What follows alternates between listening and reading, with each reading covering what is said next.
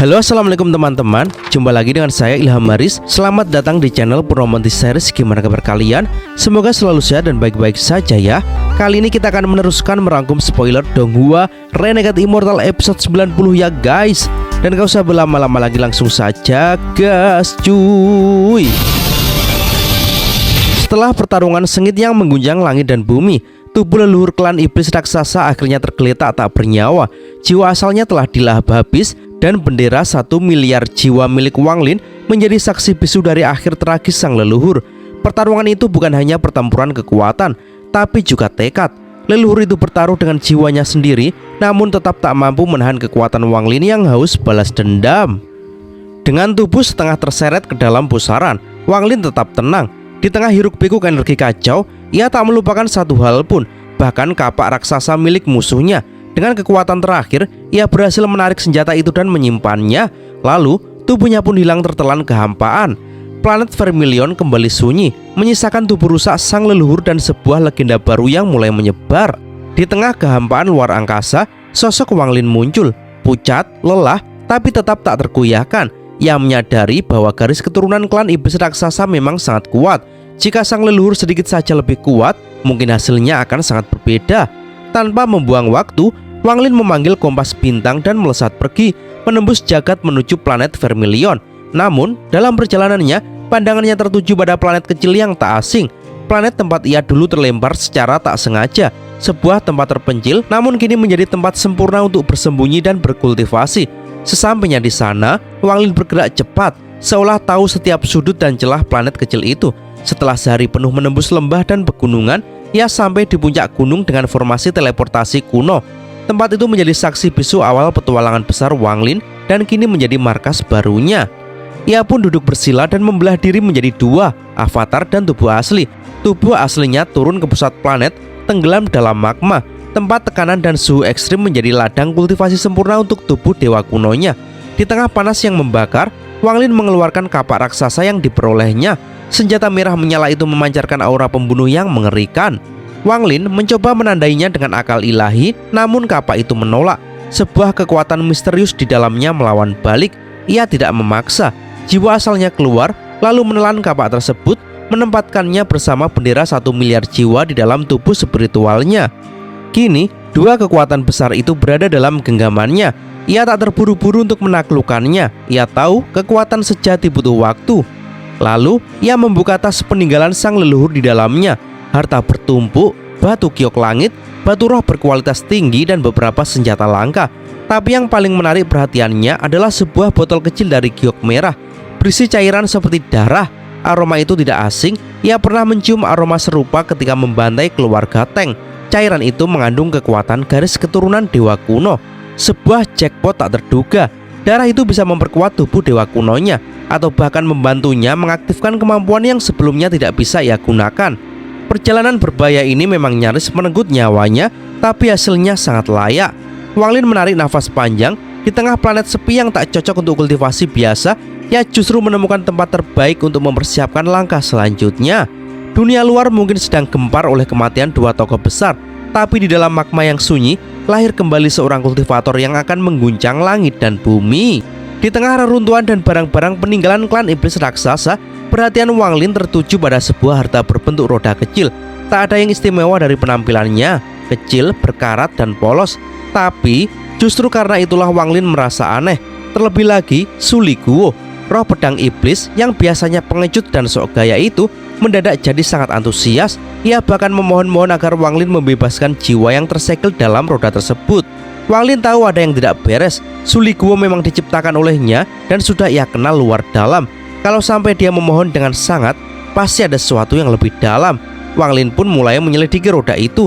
Ketika ia mencoba menggunakan energi spiritualnya, roda itu memancarkan cahaya hijau misterius yang langsung melarutkan energinya. Tak ada fluktuasi spiritual, tak ada aura, hanya sebuah cahaya yang aneh tapi jelas memiliki kekuatan. Semakin aneh, semakin menarik bagi Wang Lin. Sementara itu, Suli Guo tak bisa menahan diri lagi. Ia menerobos keluar dan mencoba mendekati roda itu sendiri.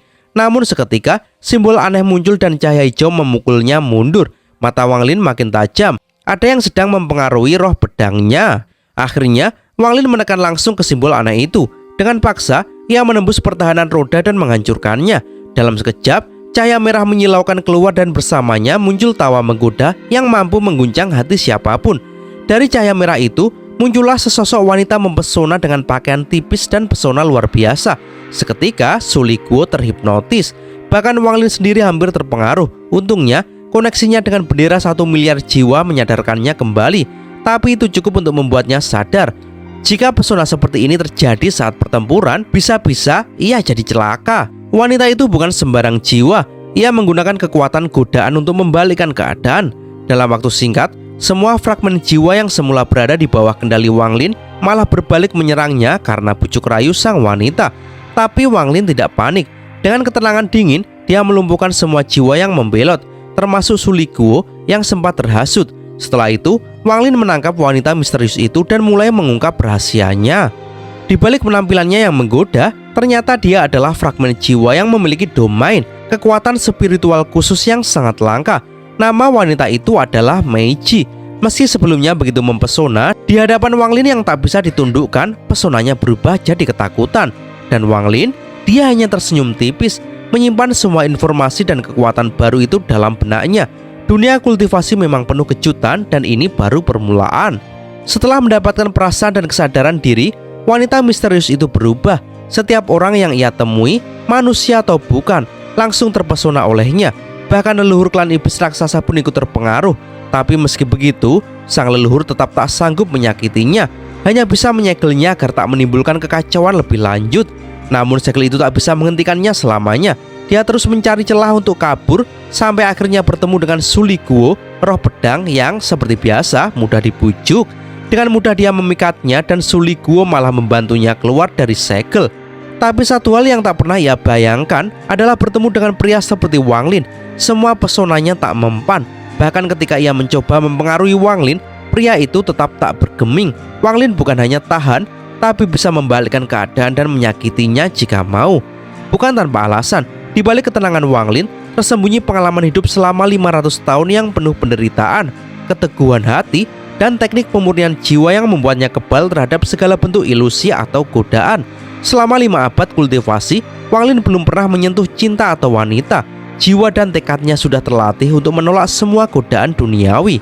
Wanita itu pun ketakutan. Domain miliknya yang seharusnya bisa melumpuhkan orang sekali Li Wanfeng tak punya efek apapun pada Wang Lin.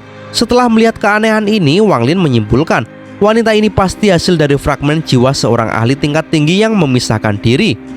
Domain pesonanya kemungkinan adalah cerminan dari kekuatan yang tersisa dari jiwa asal tersebut. Tanpa banyak ragu, Wang Lin menyegel wanita itu dan menyimpannya di dalam bendera 1 miliar jiwa miliknya. Suliguo yang melihat kejadian itu langsung memilih mundur teratur, kembali masuk ke dalam pedang surgawi. Dia jelas tahu melawan Tuan Wang Lin bukanlah ide bagus. Setelah itu, Wang Lin memanggil kembali Pagoda Langit dan Zouru pun keluar dengan ekspresi cemberut. Rupanya dia sangat kesal. Sudah berbulan-bulan dia dan harimau kecil bernama Little White hanya makan buah-buahan.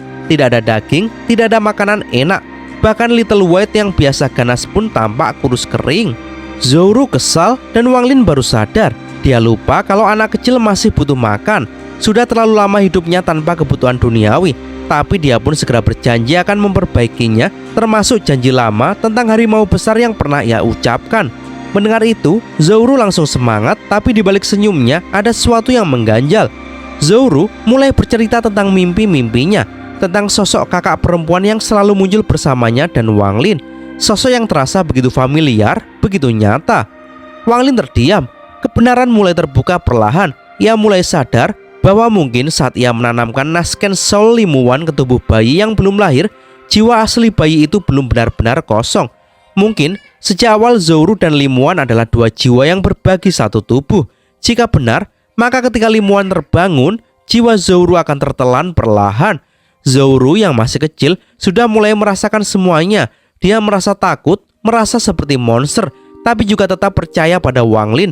Sekuat tenaga dia menahan ketakutannya dan memilih percaya bahwa semuanya akan baik-baik saja jika bersama paman Wang Lin. Namun di mata Wang Lin, kepercayaan itu justru menyakitkan, karena dia tahu cepat atau lambat ia akan dihadapkan pada pilihan yang menyakitkan, menyelamatkan Limuwan atau membiarkan Zouru hidup sebagai dirinya sendiri. Tapi untuk sekarang, dia memilih tertawa bersama Zouru. pergi menangkap harimau besar seperti yang dijanjikan. Dan meski tawa terdengar, ada kepedihan yang tak bisa disembunyikan. Zhou dengan matanya yang masih polos menatap Wang Lin. Dia tahu dia mungkin masih kecil, tapi hatinya sudah cukup peka untuk menyadari bahwa Wang Lin tidak benar-benar menatap dirinya, tapi seseorang lain di dalam tubuhnya. Namun meski begitu, dia tetap berharap bahwa suatu hari nanti dia bisa menjadi seseorang yang lebih cantik, lebih kuat, dan lebih layak untuk diperhatikan. Dan mungkin saat itu tiba, Wang Lin akan benar-benar melihat dirinya, bukan hanya sosok di dalamnya. Di sebuah bulan terpencil, Wang Lin bersama Zhou dan harimau kecil Little White menjalani hari-hari yang tenang namun penuh ketegangan. Tempat ini jauh dari kehidupan tanpa manusia, hanya deretan gunung tinggi dan udara yang sepi. Hanya pembudidaya tingkat tinggi yang bisa datang ke tempat ini, dan itu pun tak mudah. Tapi bagi Wang Lin, tempat sunyi ini adalah lokasi yang sempurna untuk menenangkan diri dan menunggu. Suatu hari saat menjelajah hutan, Wang Lin menangkap seekor harimau ungu raksasa. Meski binatang itu terlihat buas dan kuat, ternyata tidak memiliki kecerdasan seperti Little White. Namun kekuatannya luar biasa.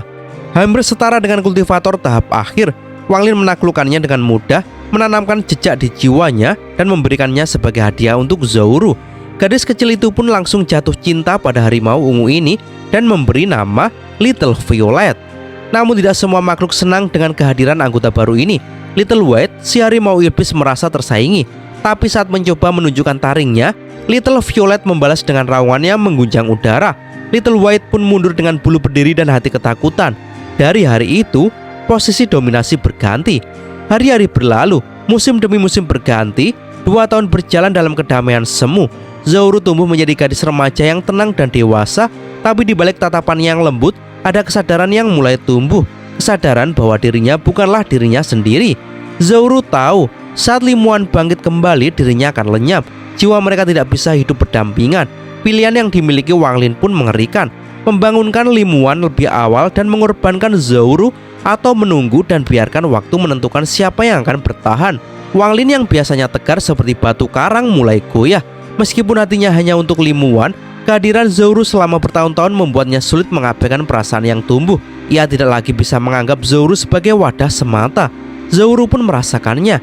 Ia tahu tatapan Wang Lin tidak pernah benar-benar tertuju padanya. Ia tahu ia hanya bayangan dari seseorang yang Wang Lin cintai. Hatinya rapuh, tapi ia tidak menunjukkan itu kecuali pada Little White. Namun suatu malam, Little White menghilang tanpa suara, tanpa peringatan. Kepergian itu meninggalkan luka di hati Zhou. Ia jatuh sakit, tenggelam dalam kesedihan yang dalam. Tapi saat Wang Lin ingin mencarinya, Zhou menahan. Ia memilih membiarkan Little White mengambil jalan hidupnya sendiri, sesuatu yang bahkan tidak bisa dia lakukan untuk dirinya sendiri. Waktu berlalu dan luka Zhou mulai sembuh, tapi hatinya menjadi lebih dingin, lebih pasrah. Hingga suatu pagi, terdengar raungan pelan namun penuh semangat. Little White kembali. Tubuhnya penuh luka, bulunya acak-acakan, tapi di matanya ada cahaya kebahagiaan. Di mulutnya, ia membawa cabang merah menyala dengan buah di ujungnya. Tanpa bicara, tanpa suara, dia meletakkannya di hadapan Zhou dan mendesaknya untuk memakannya. Buah itu bukan sembarang buah. Ia adalah buah penghancur jiwa. Buah yang bisa melenyapkan jiwa Limuan sebelum ia bangkit. Little White telah mempertaruhkan nyawanya untuk mendapatkannya demi menyelamatkan Zhou. Tepat saat Zhou hendak menggigitnya, suara Wang Lin terdengar dari kejauhan. Dengan naluri pelindung, Little White segera berdiri di antara mereka, menggeram tajam. Ia siap melawan bahkan Wang Lin sekalipun demi satu hal, melindungi sahabatnya. Ketika Wang Lin menemukan buah misterius di hadapan mereka, ia segera mengenali fungsinya, yaitu buah penghancur jiwa Nasken Soul. Benda ini sangat langka dan berbahaya, dan Little White ternyata telah mencarinya diam-diam demi membantu Zhou.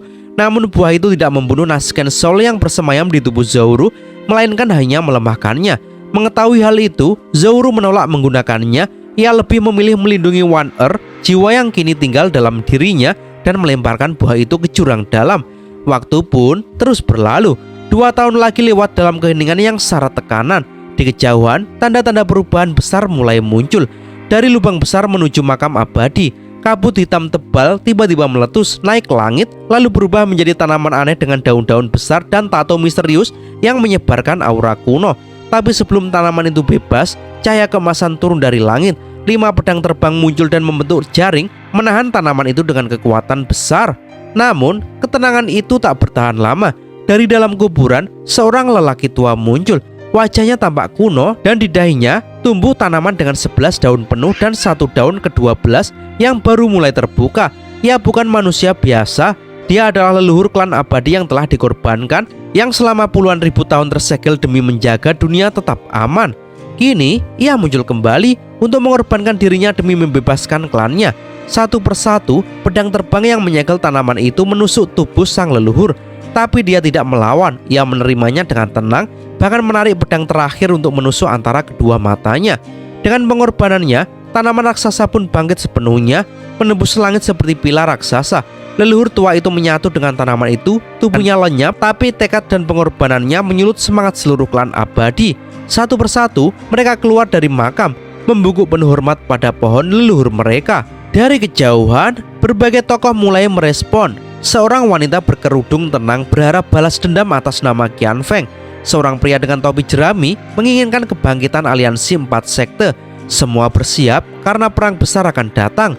Dan benar saja, dari puncak gunung Vermilion, Zhu Guzi keluar dari kultivasi tertutup.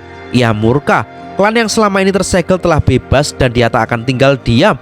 Ia memanggil seluruh negara kultivasi di bawah Panji Vermilion generasi ke-14. Perang kedua melawan klan abadi yang dikorbankan resmi dimulai. Para leluhur dari berbagai sekte besar pun mulai bangkit. Di sekte Giok Surgawi, seorang lelaki tua dengan tatapan tajam bangkit dari pertapaannya. Di sekte Jiwa Bumi, seorang kultivator paruh baya membuka matanya dengan nafas berat. Sementara di sekte Pemurnian Jiwa, hanya satu kalimat keluar sebelum sang leluhur kembali terpejam. Ini bukan urusannya. Namun, di tengah kekacauan yang akan datang, Wang Lin tetap tenang. Fokusnya hanya satu, membangkitkan kembali Limuan. Hanya 2 tahun tersisa sebelum jiwa Limuan sepenuhnya terlahir kembali melalui tubuh Zouru. Tapi proses ini tidak mudah. Kekuatan hidup Zouru perlahan menghilang, namun Nasken Soul Limuan justru enggan tumbuh. Seolah-olah bagian dari kesadaran One Earth telah kembali. Ia tak ingin mengorbankan anak kecil itu untuk bisa hidup kembali. Wang Lin memahami hal ini. Ia tidak memaksa. Ia memilih untuk menunggu, memberi waktu dan melindungi keduanya. Karena pada akhirnya ia hanya menginginkan satu hal, kebangkitan One Earth tanpa menyakiti siapapun. Di tengah kesunyian bulan yang sepi, Wang Lin menatap langit dengan hati yang telah beku oleh waktu. 4 tahun lamanya ia bergulat dengan satu kenyataan pahit, tidak ada jalan keluar yang bisa menyelamatkan semuanya. Limuan, wanita yang ia cintai, hanya bisa selamat jika Zouru dikorbankan. Itu adalah harga yang harus dibayar agar Nasken Soul Limuan bisa bebas dari pengaruh langit, agar tak lagi diburu oleh hukum surga yang kejam. Rencana awalnya telah gagal. Semestinya Nasken Soul Limuan menyatu dengan tubuh bayi agar bisa tersembunyi dari mata langit. Tapi semua berubah dan hanya Zouru, gadis polos yang selalu memanggilnya paman, yang bisa menjadi jalan keluar satu-satunya. Selama 4 tahun, Wang Lin menimbang-nimbang keputusan ini. Tapi pada akhirnya ia memilih untuk menyelamatkan Limuan, meskipun itu berarti mengorbankan Zouru.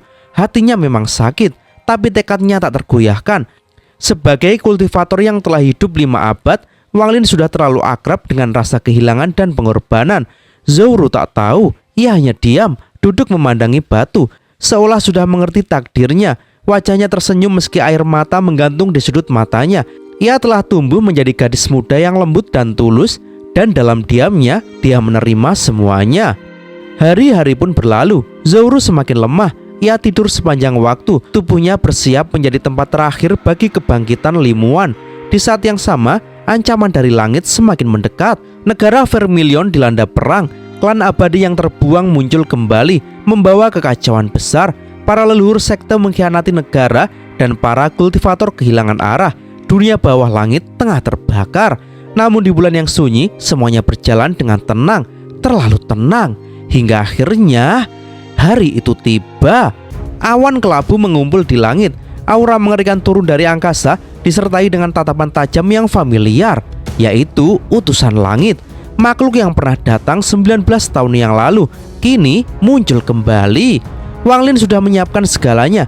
Tubuh aslinya bersiap di inti bulan, dan kekuatan gulungan kehidupan dan kematian ia panggil untuk menahan serangan.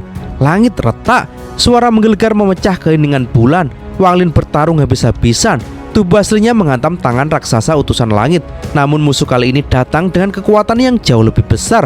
Dua tangan raksasa turun dari awan, membawa petir merah yang memekakkan udara. Mereka menyerang secara bersamaan, satu ke arah Wang Lin, satu lagi ke arah tubuh aslinya. Tubuh asli Wang Lin berubah menjadi raksasa, meninju dengan kekuatan penuh. Tapi kekuatan surgawi terlalu besar, tubuhnya terpental dan gunung di belakangnya hancur menjadi debu. Wang Lin sendiri membentuk segel, memanggil gulungan kehidupan dan kematian untuk melindungi Zhou Ru. Tapi utusan langit tidak berhenti. Wajah raksasa muncul dari balik awan, penuh wibawa dan keangkuhan langit. Dari mulutnya meluncur sebuah cahaya abu-abu yang berubah menjadi roda reinkarnasi. Langit berubah warna, tanah di bawah Wang Lin retak hingga ribuan kilometer jauhnya. Retakan spasial terbuka di mana-mana. Dengan cepat, kekuatan reinkarnasi membungkus Wang Lin. Ia terkurung, tak bisa bergerak sama sekali. Bahkan untuk mengangkat jari pun mustahil. Dan ketika tangan raksasa itu kembali turun, kali ini langsung menuju Zhou Ru. Wang Lin hanya bisa menatap, tak bisa berbuat apa-apa. Semua perjuangan, semua pengorbanan selama 19 tahun terakhir, semua rencananya hancur di depan matanya. Dan dalam hati yang terperangkap, ia hanya bisa menjerit dalam diam. Tidak. Dan cerita pun bersambung. Oke teman-teman, terima kasih sudah nyimak alur cerita kali ini sampai habis. Semoga teman-teman terhibur. Kurang lebihnya mohon maaf ya. Yang namanya spoiler pastinya kadang ada yang meleset soal detail cerita dan episodenya guys. Jangan lupa terus dukung channel ini agar terus berkembang. Dan sampai jumpa di episode selanjutnya. Assalamualaikum warahmatullahi wabarakatuh.